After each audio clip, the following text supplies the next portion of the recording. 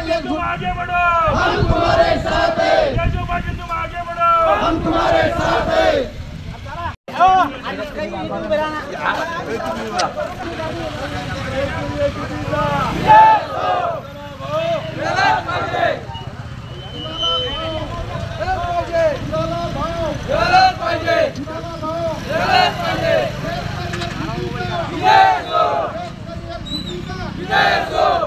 अरे लोक जागर संघटनेचा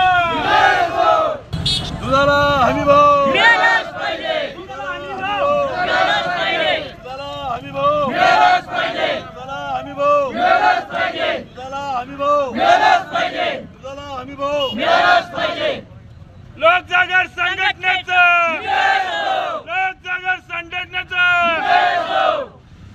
शेतकरी दुधाला भाव मिळालाच पाहिजे, शेतकऱ्याची कर्जमाफी झालीच पाहिजे, शेतकऱ्याची कर्जमाफी झालीच पाहिजे, शेतकऱ्याची कर्जमाफी झालीच पाहिजे। आम्हाला विहिरी सर मला सांगा, तुम्ही आज रास्ता रोको आंदोलन केलंय, काय प्रमुख मागणी आहे?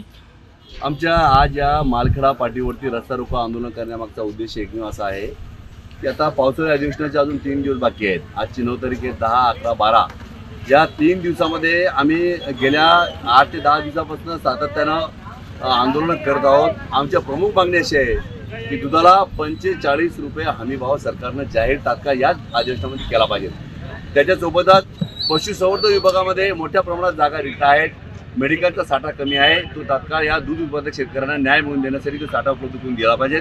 त्यासोबतच सरसकट कर्जमाफी होणं गरजेचं आहे शेतकऱ्याची।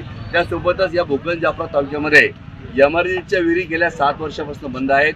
तर आमचा असा प्रश्न आहे सरकारला की आपण मागे त्याला विहिरी देण्याची घोषणा जी केलेली होती ती या मतदारसंघामध्ये आजपर्यंत एकाही माणसाला विहीर मिळालेलं नाही। जनावरांचे गुठे बऱ्याचशा लोकांना मिळाले, त्याचे पेमेंट 1 वर्ष अजून मिळालेलं नाही आहेत। त्यासोबतच 2023चा पीक विमा आणि अतिवृष्टीचे पैसे अजूनही लोकांना मिळालेले नाही आहेत। पीक विम्याच्या PM किसान योजनेच्या बाबतीमध्ये गेल्या 2 वर्षापासून लोक त्रस्त झालेले आहेत, तांत्रिक अडचणी त्याच्यामध्ये सांगतायत।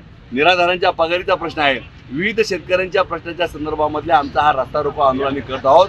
सरकारचं पावसाळी अधिवेशनाच्या माध्यमातून लक्ष वेधण्यासाठी आमचे रस्ता रोको आंदोलन आहे। आपण बघू शकता या गायी की याच अधिवेशनामध्ये उद्या किंवा परवाच्या कॅबिनेटच्या मीटिंगमध्ये सरकारने तात्काळ दुधाला 45 रुपये हमीभाव जाहीर करावा आणि दूध भुकटी जी आयात केलेली केंद्र सरकारनं ती आयात नको आहे। आम्हाला आयात बंदी ही खरं म्हणजे आयात नको आहे, निर्यातीवरती बंदी उठवावी।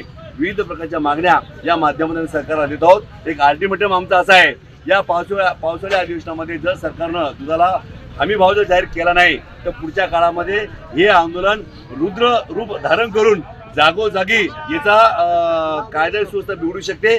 ज्या पद्धतीनं मराठा आरक्षण बिघडलं त्याच पद्धतीनं शेतकरी हा रस्त्यावर उतरल्याशिवाय राहणार नाहीत। येणाऱ्या काळामध्ये शेतकरी हातामध्ये रुमणं घेऊन तुम्हाला खासदार असेल, आमदार असेल, मंत्री असेल किंवा अधिकारी असेल या सगळ्यांना जागोजागी त्यांच्या गाड्या अडवल्या जाईल आणि जागोजागी त्यांच्या गाड्याची तोडफोड केल्या जाईल, तर हा शेतकरी थांबेल।